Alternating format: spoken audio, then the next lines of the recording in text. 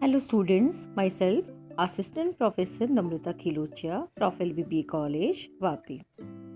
In today's session, we will be going to understand regarding various HR role in strategy formulation and gaining competitive advantage.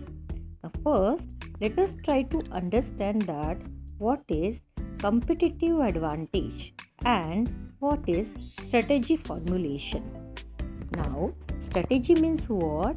It is the way to which or a tactic by which the organization achieve its common objectives. So, different ways are called as strategy. Now, sustainable competitive advantage means what? When competitors are not able or unable to duplicate a company's value creating strategy towards the employees or customers or towards the market is called as sustainable competitive advantage. Again, I am repeating, in terms of HR, competitive advantage means creating values towards the employees so that they will retain for a long time in the company without leaving the company, though they are productive. Then that is called as sustainable competitive advantage in terms of HR. Now, how one can create this sustainable competitive advantage, or what are the HR role in strategy formulation? This can understand by the VRIO framework or model. The VRIO framework is introduced by Barney in 1995, is one of the most important approach that suggests different ways to achieve sustainable competitive advantage through human resources.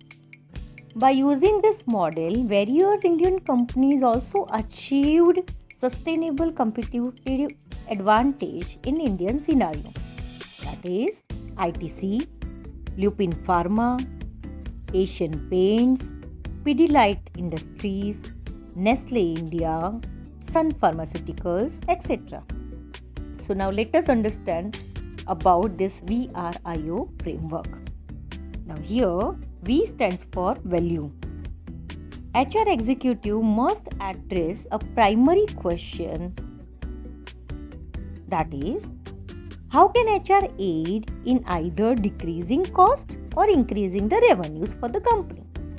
In today's time, when everyone is talking about the numbers and profit, the HR department has to provide, and it proved itself that HR is worth and show that it creates value toward the employees. By that, it creates value for the organization. R stands for rareness. Only value alone cannot help the HR department to achieve sustainable competitive advantage for organization. HR executive must examine how to develop and exploit these rare characteristics among different human resources or employees, and by utilizing or exploiting their skills, how to get gain which create competitive advantage for the organization.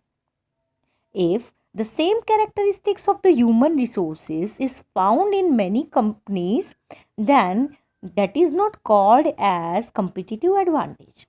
But by using this HR department, they are going to recruit those kind of personnel or candidate who are having different unique qualities and characteristics. And that's why HR can create sustainable competitive advantage in the organization by collecting knowledgeable, skillful, multivariant employees. Third one, I stands for imitability. If the competitors in the business can easily imitate what you offer, then you are at loss. The HR executive must attempt to develop and nurture characteristics of the firm's human resources or employees that cannot easily be copied by the competitors. So training and development, it is given in every organization. But if we talk about the ITC, if we talk about the DuPont company of USA, these are the companies, they have offered very unique way to develop the skills and knowledge and innovative skills of employees.